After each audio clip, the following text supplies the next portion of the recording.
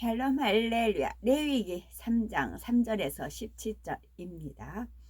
그는 또 그 화목제의 제물 중에서 여호와께 화제를 드릴지니 곧 내장에 덮인 기름과 내장에 붙은 모든 기름과 두 콩팥과 그 위에 기름 곧 허리 쪽에 있는 것과 간에 덮인 거풀을 콩팥과 함께 떼어낼 것이요 아론의 자손은 그것을 제단 위에 불 위에 있는 나무 위에 번제물 위에서 살을지니 이는 화제라 여호와께 향기로운 냄새니라.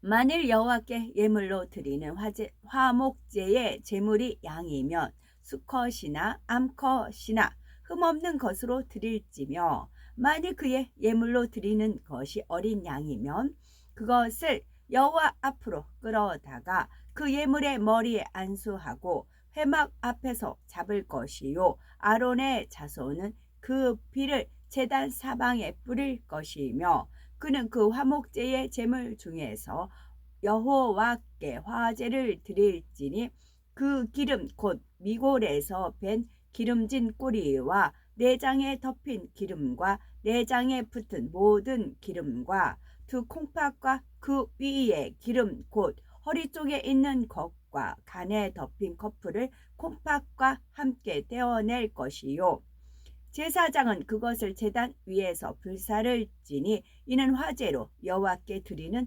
음식이니라. 만일 그의 예물이 염소면 그것을 여호와 앞으로 끌어다가 그것의 머리에 안수하고 회막 앞에서 잡을 것이요 아론의 자손은 그 피를 제단 사방에 뿌릴 것이며 그는 그 중에서 예물을 가져다가 여호와께 화제를 드릴지니 곧 내장에 덮인 기름과 내장에 붙은 모든 기름과 두 콩팥과 그 위에 기름 그 허리 쪽에 있는 것과 간에 덮인 거풀을 콩팥과 함께 떼어낼 것이요 제사장은 그것을 제단 위에서 불사를 지니 이는 화제로 드리는 음식이요 향기로운 냄새라. 모든 기름은 여호와의 것이니라. 너희는 기름과 피를 먹지 말라. 이는 너희의 모든 처소에서 너희 대대로 지킬 영원한 규례니라. 아멘. 레위기 화목제의 구체적인 방법과 그 영적인 의미에 대해서 살펴봅니다. 화목제는 하나님과 우리 사이에 화목을 이루기 위한 제사로서 감사의 의미, 서원하는 의미, 자원하여 드리는 의미가 있습니다. 레위기 2장의 소제도 감사의 예물에 해당하지만 이는 우리를 구원하시고 지키시며 일용할 양식을 공급해 주시는 하나님께 감사하여 드리는 일반적인 감사의 예물로서 화목제의 감사와는 차이가 있지요. 우리가 주일에는 항상 감사 예물을 드리는데 그 외에도 어떤 특별한 감사의 제목이 있으면 그에 대한 감사의 예물을 별도로 드립니다.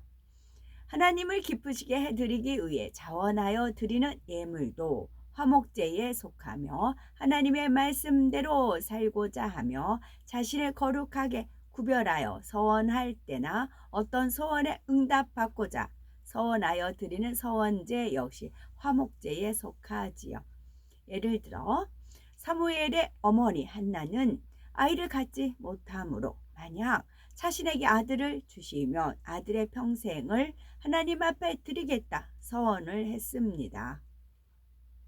이렇게 어떤 서원을 드렸을 때는 반드시 약속한 바를 지켜야 합니다. 섣불리 서원을 했다가 나중에 자신의 유익을 쫓아 어기게 되면 하나님을 만홀히 여기는 것이 되어 화목하기는커녕 오히려 진노하심을 입게 되므로 서원을 함부로 하는 것이 아닙니다. 그러나 서원한 것을 약속대로 아버지 앞에 드릴 때는 하나님의 역사를 체험하고 하나님의 영광을 나타내게 되므로 하나님께서 크게 기뻐하시고 우리와의 사이에 화목을 이루게 되는 것입니다. 이는 한나가 서원을 통해 낳은 사무엘을 약속대로 하나님 앞에 드렸을 때 하나님께서 그로 존귀한 선지자가 되게 하셨을 뿐만 아니라 한나에게 세 아들과 두 딸을 더 낳도록 허락하셨던 것에서도 알 수가 있지요. 이처럼 하나님과 화목하기만 하면 자신의 모든 삶을 하나님 앞에 의뢰하여 항상 형통하고 축복받는 삶을 살 수가 있다는 사실입니다. 레위기 3장을 보면 화목 제물은 소나 양 혹은 염소의 수컷이나 암컷을 흠 없는 것으로 드리라고 했습니다. 그런데 가나안 사람들을 위해 비둘기를 제물로 드릴 수 있도록 허락한 번제와는 달리 화목제에서는 비둘기의 예물은 없는 것을 볼 수가 있습니다. 왜 그런 것일까요? 아무리 가난한 사람이라 해도 번제는 반드시 드려야 하는 것이기에 지극히 가치가 적은 비둘기라도 드리도록 허락하신 것입니다. 비유를 들어서 아직 믿음이 연약한 초신자들의 경우에는 주일에만 교회에 나와 예배한다 해도 하나님께서는 그가 번제를 드린 것으로 받아주십니다. 온전히 말씀대로 살고 항상 하나님과 교통하면서 신령과 진정으로 예배를 드리는 것이 온전한 번제이지만 초신자의 경우는 주일만 지켜도 즉 지극히 적은 비둘기의 예물이라도 번제로 받으시고 그를 구원의 길로 인도해 주신다는 뜻입니다. 그러나 화목제는 꼭 드려야 한다고 정하신 것이 아니라 하나님을 특별히 기쁘시게 하고 소원에 응답받고 축복받기 위해 스스로 정하여 드리는 예물이므로 가치가 심히 적은 비둘기를 드린다면 이는 특별한 제물로서의 의미가 없는 것입니다. 예를 들어 어떤 불치, 난치의 큰 질병을 치료받고자 소원 예물 드리기로 작정했다면 그 예물을 어떻게 드려야 하겠습니까? 비록 평소에 늘 감사 예물을 하던 분이라 해도 이를 위해서는 항상 드리던 예물 이상으로 힘껏 준비해 드릴 것입니다. 이때 소의 수컷을 드리며 더 기뻐하실 것이고 각자의 형편에 따라 소의 암컷을 드리거나 혹은 양이나 염소까지도 드릴 수도 있지만 비둘기로서는 화목제물의 가치가 더욱 미약한 것이지요. 물론 예물의 가치라는 것이 단순히 물질의 액수를 말하는 것은 아닙니다. 각 사람이 자신의 상황 속에서 마음과 뜻과 정성을 다해 준비하며 믿음을 가지고 특별히 준비해 드릴 때 하나님께서는 그 제물 안에 담긴 영적인 향으로서 제물의 가치를 평가하신다는 사실입니다. 소뿐만 아니라 양과 염소의 화목제 방법까지 상세하게 기록이 되어 있죠. 레위기 3장. 그 방법은 거의 비슷하므로 소의 화목제를 중심으로 살펴보도록 합니다. 먼저 번제를 드릴 때와 비교해서 살펴보면 번제에서는 가죽을 벗긴 제물의 모든 부위를 다 하나님께 드렸습니다. 번제의 의미는 영적 예배이며 예배는 온전히 하나님께만 드리는 것이기 때문에 그 제물을 온전히 하나님께 불살라 드리는 것이지요.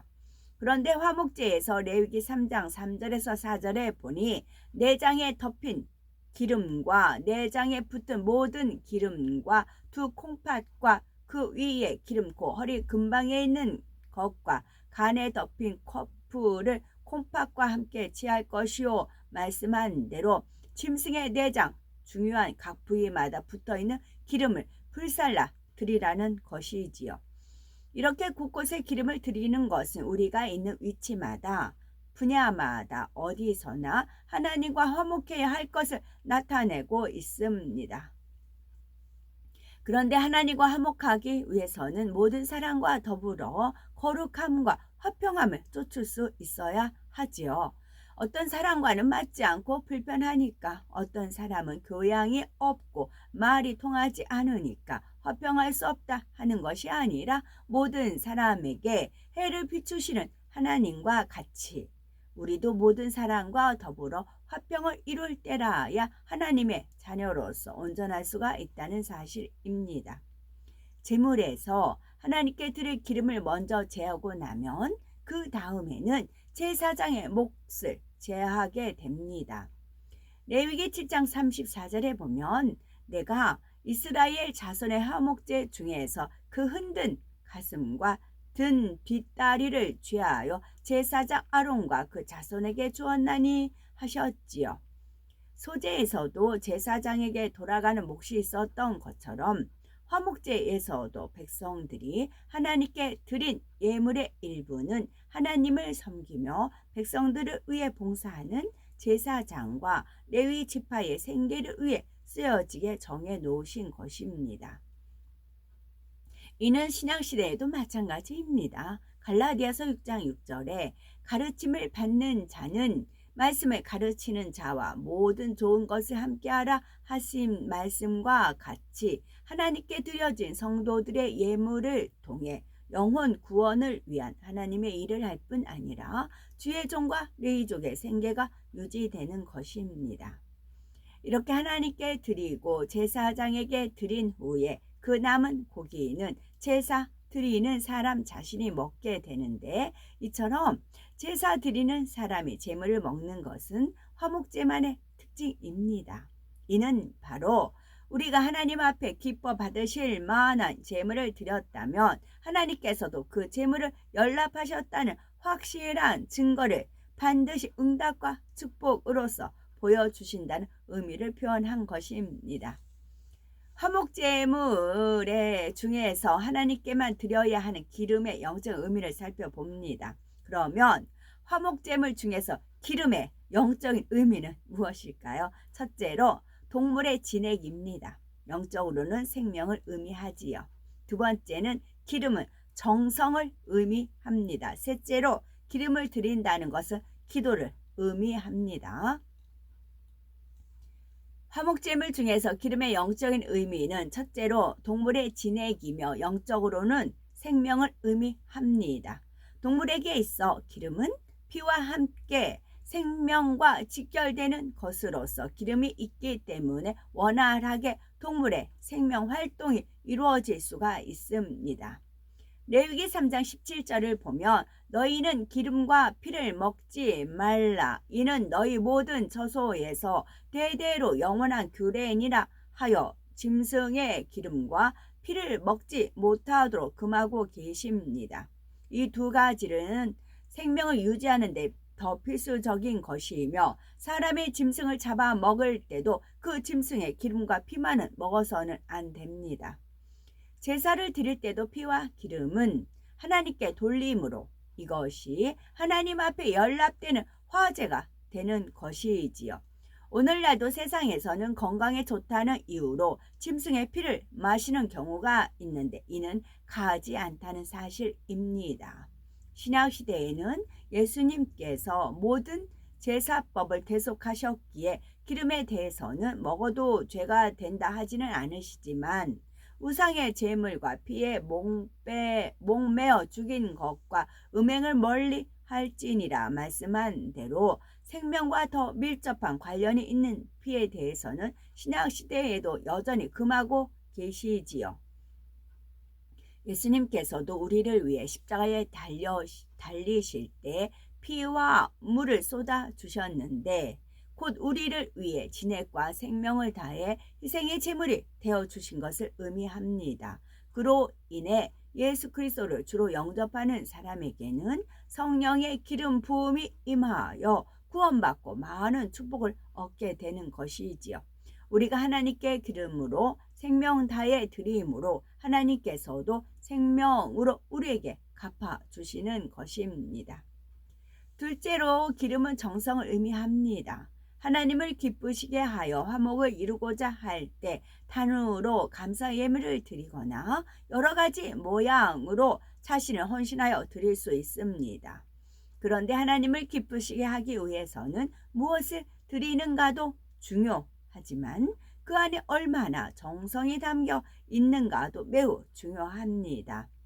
우리가 웃사람에게 부탁할 것이 있을 때도 정성껏 선물을 준비하여 나아가는데 하물며 하나님께서는 더욱 정성을 다하는 것이 당연하지요.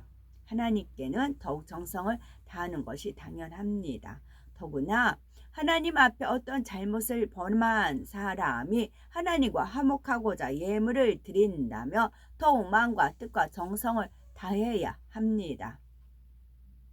물론 범죄한 것에 대해 제사함 받으려면 속죄제나 속건제를 통해서 사함 받는 것이지만 그저 용서받는 차원을 지나 더욱 기쁘시게 해드림으로 진정한 화목을 이루고자 예물을 드리는 경우가 있죠. 비유를 들어 아버지 앞에 잘못을 범해 마음을 심히 상하게 했다면 단순히 회개하여 용서를 받는 것으로 끝나는 것이 아니라 그 후로도 열심히 하나님을 기쁘시게 해드리는 행함으로 정성을 보일 때 아버지의 마음이 완전히 녹아지며 부자간의 화목이 이루어지는 것입니다. 셋째로 기름을 드린다는 것은 기도를 의미합니다. 마태복음 25장에 보면 지혜로운 5 처녀는 기름을 준비하고 있었지만 어리석은 5 처녀는 기름을 준비하지 못하여 혼인잔치에 들어갈 수 없었죠. 이때 기름의 영적인 의미는 기도입니다. 즉 기도해서 성령 충만함을 입고 깨어 있어야만 세상 정욕에 물들지 않고 신부단장하면서 신랑 대신 주님을 기다릴 수 있는 것입니다. 화목제물로 하나님을 기쁘시게 하고 응답받기 위해서도 반드시 기도가 따라야 하지요.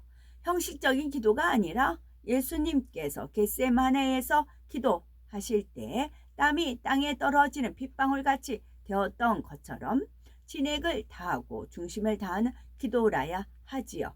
이렇게 기도하는 사람이라면 당연히 죄와 싸워 버리며 성결되어 나갈 것이며 위로부터 성령의 감동, 감화, 충만함을 잊게 됩니다.